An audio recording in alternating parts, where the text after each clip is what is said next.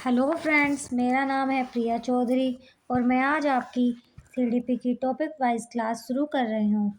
मेरा आज का टॉपिक है वृद्धि और विकास। वैसे तो ये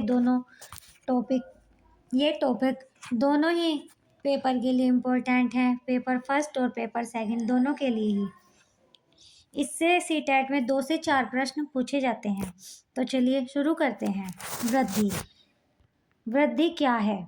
शरीर वृद्धि का अर्थ है शरीर के आकार, लंबाई, वजन और अंगों में होने वाली शारीरिक बढ़ोतरी।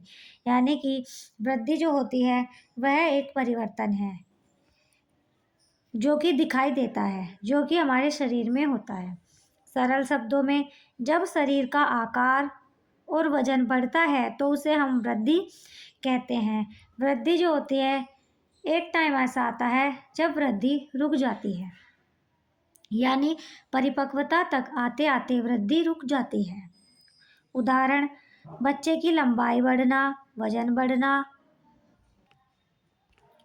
दांत निकलना, हड्डियों का बढ़ना, ये सब वृद्धि के ही उदाहरण हैं। तो वृद्धि को समझने के लिए इस इमेज में आपको वृद्धि दिखाई गई है।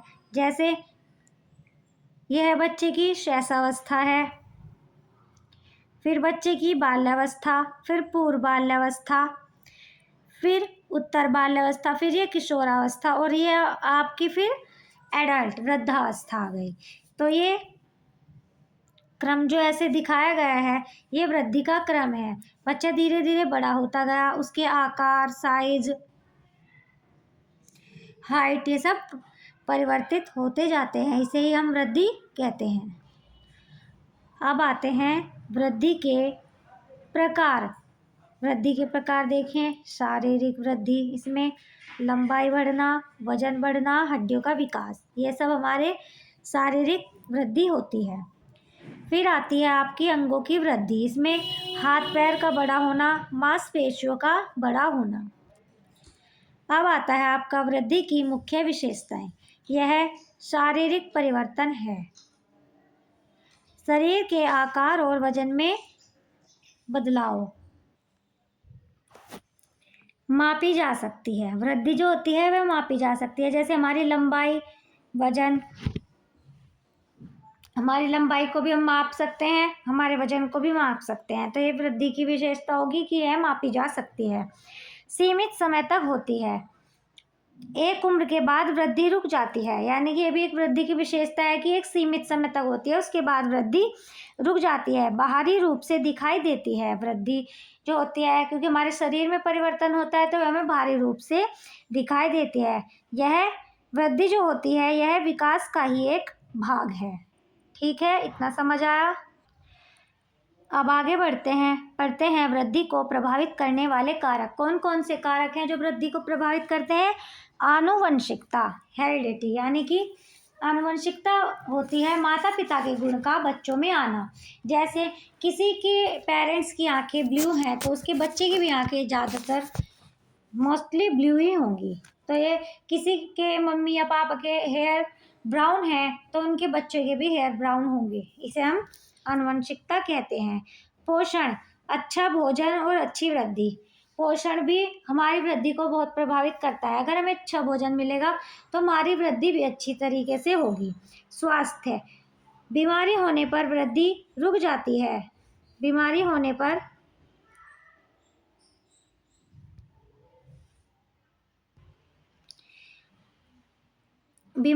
पर वृद्धि जो होती है वो धीमी हो सकती है। अगर हम बीमार होंगे तो हमारा शरीर जो है इतनी अच्छी ग्रोथ नहीं कर पाएगा, हमारी इतनी अच्छी वृद्धि नहीं हो पाएगी। क्योंकि आपको पता होता है, आपको भी पता है, अगर हम बीमार होंगे, अगर हम स्वस्थ होंगे तो हम अच्छे से बढ़ेंगे, तभी तो हमारी अच्छे से वृद्धि होगी। लेकिन अगर हम बीमार हो जाएंगे या हमें कुछ हो जाएगा तो हमारी वृद्धि इतनी अच्छी तरीके से नहीं हो पाती। पर्यावरण, घर, स्कूल और समाज का प्रभाव। हमारे वृद्धि को ये भी सबसे ज़्यादा प्रभावित करता है, हमारे चारों ओर का वातावरण कैसा है। अगर अच्छा वातावरण होगा तो वृद्धि भी अच्छी ही होगी। व्यायाम और खेल, ये भी वृद्धि को प्रभावित करते हैं। अगर हम रोज़ व्यायाम करते हैं तो हम स्वस्थ रहते हैं और खेलना भी शरीर के लिए अच्छा ही होता है, तो ये भी एक वृद्धि को प्रभावित करने वाले कारक हैं। अब आगे बढ़ते हैं। ये हैं वृद्धि के सिद्धांत। सिर से पैर की ओर, यानी कि पहले सिर का विकास होता है, फिर शरीर का विकास होता है। निकट से दूर की ओर सिद्धांत, पहले शरीर का मध्य भाग, फिर हाथ पैर। वृद्धि के उदाहरण,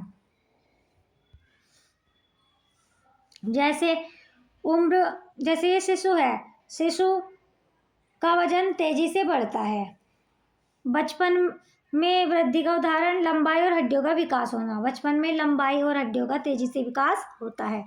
किशोरावस्था में अचानक लंबाई बढ़ना, जैसे किशोरावस्था में आते हैं जब हमारी अचानक से लंबाई बढ़ जाती है। यहाँ पे आपको ह्यूमन ग्रोथ का चार्ट दिखाया गया है। ये शैशवावस्था, फिर बाल्यावस्था, किशोरावस्था, वृद्धावस्था आपको दिखाया गया है। लड़की हो जब ये किशोर है, ये शैशवावस्था है। फिर ये बड़े हो गए, लड़का है तो बाल छोटे हैं, लड़की है तो बाल बड़े रखेगी।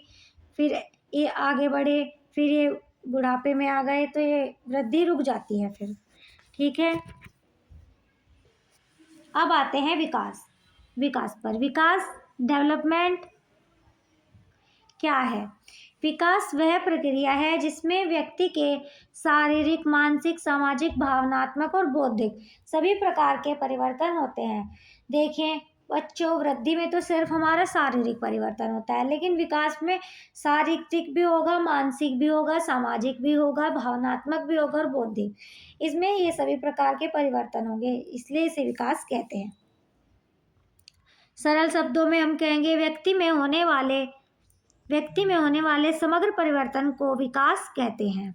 उदाहरण, जैसे बच्चों का सोचना और समझना बढ़ना, भाषा सीखना, भावनाओं को समझने लगता है बच्चा। समाज में व्यवहार करना भी सीख जाता है। जब हम धीरे धीरे बड़े होते चले जाते हैं तो हमें कैसा समाज में व्यवहार करना है ये भी हम सीख जाते हैं।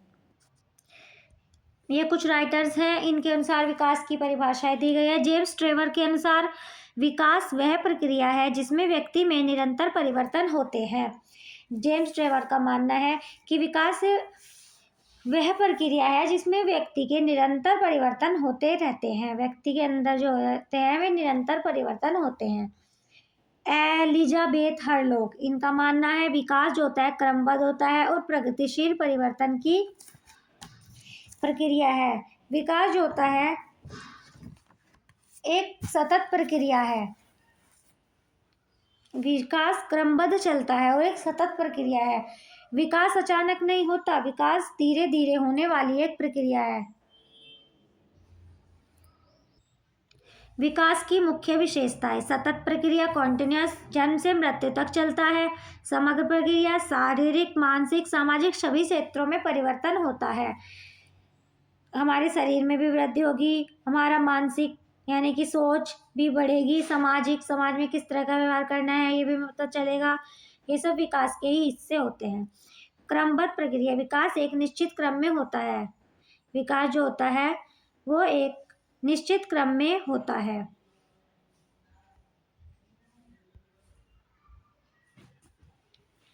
यानी जैसे बच्चा पहले फर्स्ट क्लास में आएगा, फिर सेकंड में, फिर थर्ड में, उसी का अकॉर्डिंग जैसे जैसे बच्चा बड़ा होता जाता है, उसकी क्लास भी बढ़ती जाती है, ऐसे ही बच्चा अपने एक क्रमबद्ध तरीके से सीखता है। विकास जो होता है वो क्रमबद्ध तरीके से होता है। व्यक्तिगत भिन्नता, इसमें हम पढ़ेंगे कि हर बच्चे का विकास अलग अलग होता है। हर बच्चे का विकास जो होता है वो अलग अलग गति से होता है, क्योंकि सभी की रुचि अलग होती है, सभी की क्षमता अलग होती है, तो इसलिए बच्चे का विकास जो होगा वो अलग अलग गति से होता है। गुणात्मक परिवर्तन, सोच, समझ और व्यवहार में बदलाव।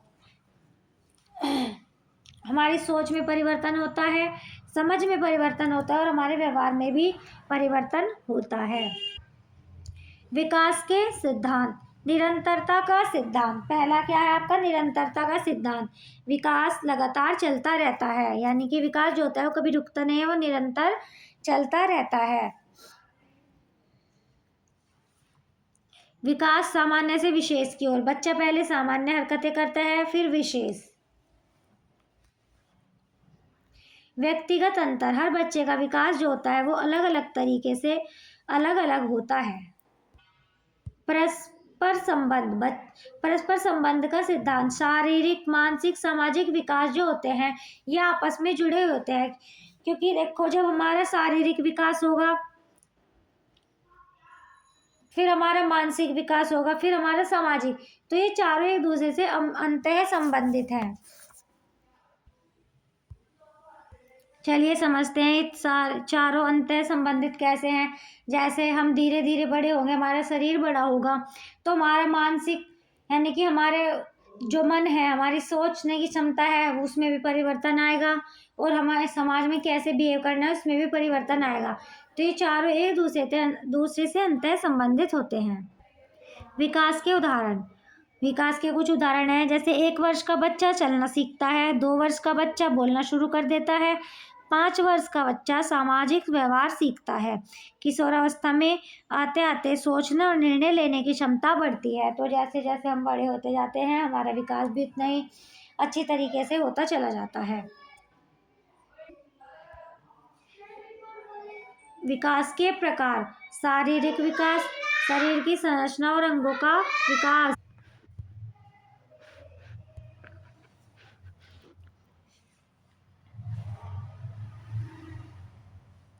विकास के प्रकार। शारीरिक विकास, शरीर की संरचना और अंगों का विकास। इसमें हमारे शरीर की संरचना में और अंगों में विकास होता है। मानसिक विकास में हमें सोचने, समझने और समस्या हल करने की क्षमता आ जाती है। भावनात्मक विकास, भावनाओं को नियंत्रित करना, हमें भावनाओं को नियंत्रित करना आ जाता है। सामाजिक विकास में समाज में रहना और दूसरों से व्यवहार करना, हम ये सीख जाते हैं। और भाषा विकास में बोलना और भाषा समझना, ये हम सीख जाते हैं। तो ये सभी विकास सभी एक चारों पांचों एक दूसरे से अंतः संबंधित है। विकास को प्रभावित करने वाले कारक। तो आनुवंशिकता होती है, ये भी विकास को प्रभावित करती है, क्योंकि माता पिता के जो गुण होते हैं वे बच्चों में आते हैं। अगर आपके माता पिता ज़्यादातर ऐसा देखा गया, अगर माता पिता को इंटेलिजेंट है तो बच्चे भी ज़्यादातर बुद्धिमान ही निकलता है, ऐसा माना गया है, ऐसा देखा भी गया है। पर्यावरण, घर, स्कूल और समाज, ये भी हम घर में भी कुछ ना कुछ सीखते हैं, स्कूल में, समाज में रहकर भी हम कुछ ना कुछ सीखते हैं। ये भी हमारे विकास को प्रभावित करने वाले कारक है। पोषण। अच्छा भोजन विकास को बढ़ाता है। अगर हम अच्छा भोजन लेंगे तो हमारा विकास भी अच्छा होगा, क्योंकि अगर हम अच्छा भोजन लेंगे तो हमारा शरीर सही रहेगा, हमारा शरीर अच्छा काम करेगा, तो हमारा विकास अच्छे से होगा। शिक्षा। सही शिक्षा से मानसिक विकास बढ़ता है। अगर हम सही शिक्षा लेते हैं तो हमारा मानसिक विकास भी बढ़ता है। स्वास्थ्य। अगर हम कोई बीमार नहीं होंगे, हम बिल्कुल स्वस्थ होंगे, तो हमारा विकास भी अच्छे से होगा, क्योंकि अगर आपको पता होगा अगर हम बीमार हैं तो हम उतने अच्छे तरीके से नहीं सीख पाते हैं। विकास के कुछ मुख्य क्षेत्र हैं, इन्हें भी पढ़ लेते हैं। विकास केवल शरीर का बढ़ना नहीं है, बल्कि कई क्षेत्रों में परिवर्तन होता है। विकास में वृद्धि में तो सिर्फ हमारा शरीर बढ़ता है और वृद्धि हमें दिखाई देती है, लेकिन विकास हमें दिखाई नहीं देता।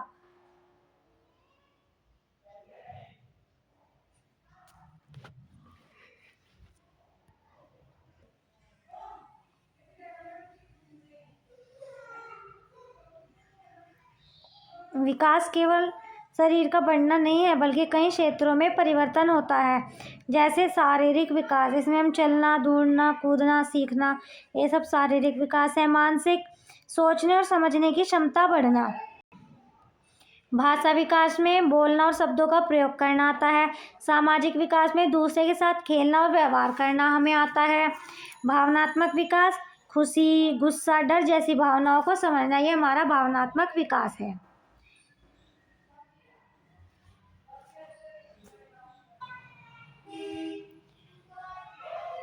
वृद्धि और विकास में मुख्य अंतर। अर्थ के आधार पर शरीर के आकार, लंबाई और वजन में बढ़ोतरी, ये वृद्धि है। विकास, व्यक्ति के संपूर्ण परिवर्तन, व्यक्ति में जो भावनात्मक, क्रियात्मक, सामाजिक, ये सब परिवर्तन होते हैं, ये विकास है। और शारीरिक परिवर्तन वृद्धि है। प्रकार, वृद्धि मात्रात्मक होती है, विकास गुणात्मक और मात्रात्मक दोनों होता है। माप, इसको आसानी से मापा जा सकता है, इसे सीधा मापना कठिन होता है, इसे हम ऑब्जर्व कर सकते हैं। सीमा, एक सी उम्र तक ही होते हैं, वृद्धि जो होती है वो एक उम्र तक ही होती है, विकास जीवन भर चलता है। क्षेत्र के आधार पर वृद्धि जो होती है शारीरिक होती है, लेकिन विकास शारीरिक, मानसिक, सामाजिक और भावनात्मक होता है। गति, कभी तेज कभी धीमी, वृद्धि जो होती है वो हमारी कभी तेज होता जाती है कभी धीमी, जैसे कभी हमारी एकदम हाइट बढ़ गई या वजन बढ़ गया, कभी कम हो गया, हाइट भी रुक जाती है। उदाहरण, वृद्धि जैसे लंबाई बढ़ना, वजन बढ़ना, और विकास सोचने समझने की क्षमता बढ़ना। विकास के चरण पढ़ते हैं संक्षेप में। यह है गर्भावस्था, गर्भधारण से जन्म तक। शैशवावस्था 0 से 2 साल। प्रारंभिक बाल्यावस्था 2 से 6। मध्य बाल्यावस्था 6 से 12 तक होती है। किशोरावस्था 12 से 18।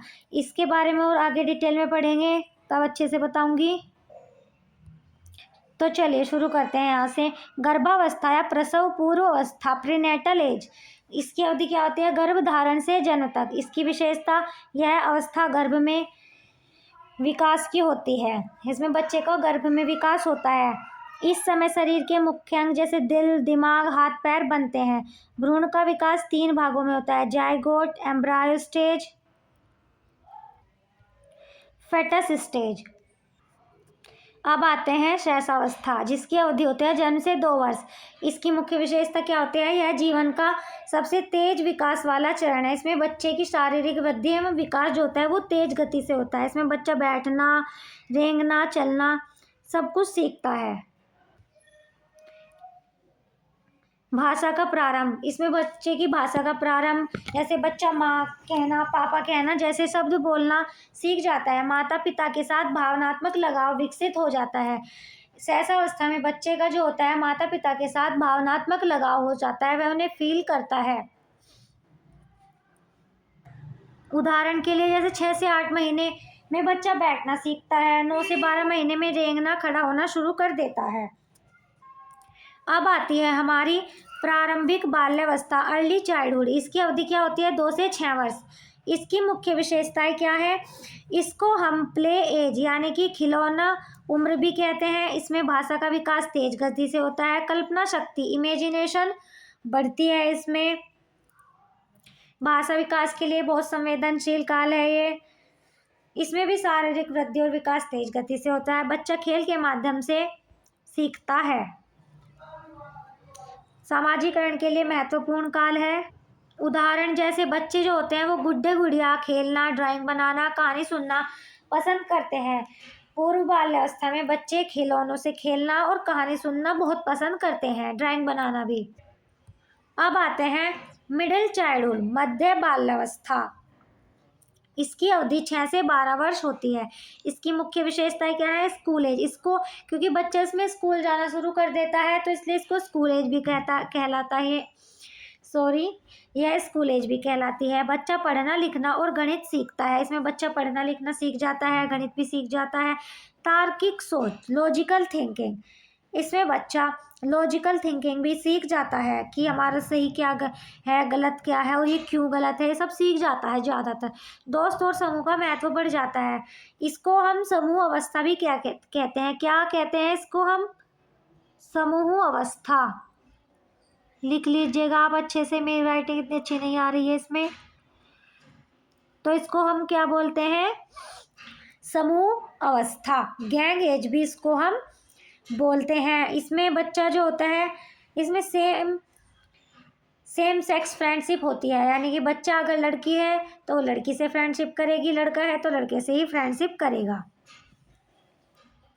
एग्जाम्पल के लिए, बच्चे स्कूल में टीम वर्क, नियम और अनुशासन सीखते हैं। इस अवस्था में बच्चे अनुशासन सीखते हैं। खेल और पढ़ाई दोनों में रुचि बढ़ती है।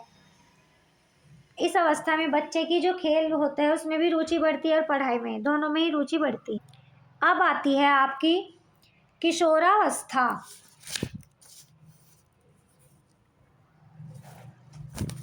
जिसकी अवधि होती है 12 से 18 वर्ष।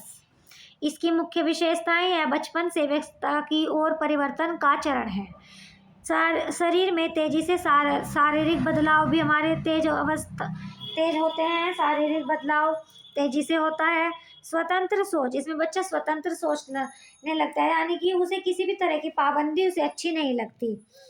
इसमें बच्चे को पहचान का संकट आता है, यानी कि बच्चा अपनी पहचान बनाना चाहता है इस अवस्था में। ये हरा बच्चा अपनी पहचान के और भविष्य के लिए लक्ष्य बनाते हैं। स्वतंत्र सोच और निर्णय लेने की क्षमता होती है। इसको हम परिपक्वता की ओर बढ़ना भी कहते हैं।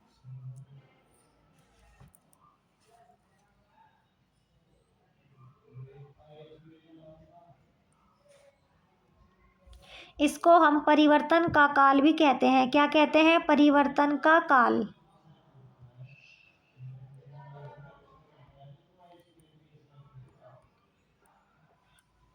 का काल भी होते हैं। ये चौखट होती है वयस्क तक जाने की। स्टैनले हॉल एक वैज्ञानिक है। उन्होंने अपनी बुक एडोलेसेंस में बोला है कि बच्चों में विद्रोह की भावना आ जाती है उसमें।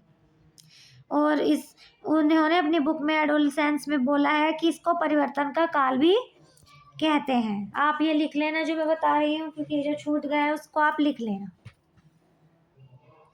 एग्जाम्पल देख लीजिए। किशोर करियर, दोस्ती और भविष्य के बारे में गंभीरता से सोचने लग जाता है। जब हम किशोरावस्था में आ जाते हैं तो हम अपने करियर के बारे में भी सोचते हैं, दोस्ती भी इम्पोर्टेंट होती है, और अपने फ्यूचर के बारे में भी हम सोचते हैं कि हमें क्या करना है, क्या नहीं करना। इसमें हमारा उच्चतम विकास होता है। नेतृत्व की भावना भी हमारे अंदर जागृत होती है। इस इमेज के माध्यम से मैंने आपको समझाने की कोशिश की है, फिर भी आप एक बार देख लीजिए। इन्फेंसी यानी कि शैशवावस्था ये आपको दिखाई गई है यहाँ पर। फिर ये बाल्यावस्था, फिर ये बच्चा किशोर हो गया, ये मध्य बाल्यावस्था है आपकी। फिर एडोलसेंस, यहाँ पर ये किशोर दिखाया, यानी कि उसको सब चीज़ की समझ हो जाती है, अपने फ्यूचर पर ध्यान देता है। ठीक है, तो चलिए, अगर मेरे पढ़ाने में मुझसे कोई दिक्कत हो गई तो उसके लिए मुझे क्षमा कर देना। और मैं इतने ही अच्छे अच्छे आपके लिए और वीडियोस लाऊं उसके लिए प्लीज़ मेरे चैनल को लाइक और सब्सक्राइब कर देना। ये सब मैंने आपके लिए फ्री बनाया है। जो बच्चे फ़ीस नहीं दे पाते हैं, मैंने उनके लिए ये चैनल फ्री बनाया है, जिससे वे बच्चे भी जो फ़ीस नहीं दे पाते, कोर्स नहीं खरीद पाते, उनके लिए मैंने थोड़ी सी हेल्प करने की कोशिश की है। अगर मुझसे इसमें कोई गलती हो जाए तो उसे प्लीज़ मुझे कमेंट में बता देना, ताकि मैं अपनी गलती को सुधार सकूं। तो चलिए, अब इसके वृद्धि और विकास से रिलेटेड कुछ क्वेश्चंस कर लेते हैं। सभी कमेंट में अपना जवाब देना। वृद्धि किस प्रकार की प्रक्रिया है? अभी बताया था, वृद्धि किस प्रकार की प्रक्रिया है? मात्रात्मक। तो चलिए देखते हैं इसका आंसर क्या है। मात्रात्मक। सेकंड क्वेश्चन, विकास किस प्रकार की प्रक्रिया है? बताइए। विकास जो होता है ना तो केवल शारीरिक होता है, ना केवल मानसिक, ना केवल सामाजिक, यह गुणात्मक होता है। ठीक है, तो चलिए थर्ड क्वेश्चन कमेंट में बताइएगा। वृद्धि किससे संबंधित है? बताइए। मानसिक परिवर्तन से, सामाजिक परिवर्तन से, शारीरिक परिवर्तन से, या भावनात्मक परिवर्तन से? कमेंट में बताइए इसका क्वेश्चन। इसका आंसर है शारीरिक परिवर्तन। शारीरिक परिवर्तन। चलिए नेक्स्ट क्वेश्चन पे आते हैं, ये भी कराया हुआ है। विकास कब तक होता है? 10 वर्ष तक होता है? नहीं। 18 वर्ष तक? नहीं। 25 वर्ष तक? नहीं। कब तक होता है? जन्म से मृत्यु तक होता है। जन्म से मृत्यु तक। डी आंसर है इसका। नेक्स्ट क्वेश्चन, निम्न में से कौन सा वृद्धि का उदाहरण है? कौन सा उदाहरण है? भाषा सीखना वृद्धि का उदाहरण है? नहीं। वजन बढ़ना? जी हाँ। सामाजिक व्यवहार सीखना? नहीं। निर्णय लेना? नहीं। ये सब हमारे विकास के एग्जाम्पल हैं, लेकिन वजन बढ़ना वृद्धि का। 6 क्वेश्चन, विकास का संबंध किससे है? कमेंट में बताइएगा अपने आंसर्स। केवल शरीर से? नहीं। केवल बुद्धि से? नहीं। विकास का संबंध केवल शरीर से तो नहीं हो सकता, उसमें तो चारों सामाजिक, संज्ञानात्मक, भावात्मक, क्रियात्मक सभी का विकास होता है, तो केवल इससे भी नहीं हो सकता, केवल बुद्धि से भी नहीं, केवल समाज से नहीं, संपूर्ण व्यक्तित्व से? जी हाँ, इसका आंसर है संपूर्ण व्यक्तित्व। सी आंसर है इसका। नेक्स्ट क्वेश्चन, वृद्धि और विकास का मुख्य आधार क्या है? क्या है? शिक्षा है? शिक्षा है? नहीं। आनुवंशिकता और पर्यावरण? जी हाँ। समाज, अकेला समाज तो नहीं है, अकेला मित्र भी नहीं है। आनुवंशिकता और पर्यावरण जो होते हैं वे वृद्धि और विकास दोनों के मुख्य आधार होते हैं। क्वेश्चन नंबर 8 का आंसर कमेंट में दीजिएगा। निम्न में से कौन सा विकास का उदाहरण है? लंबाई बढ़ना, वजन बढ़ना, सोचने की क्षमता बढ़ना या शरीर का आकार बढ़ना?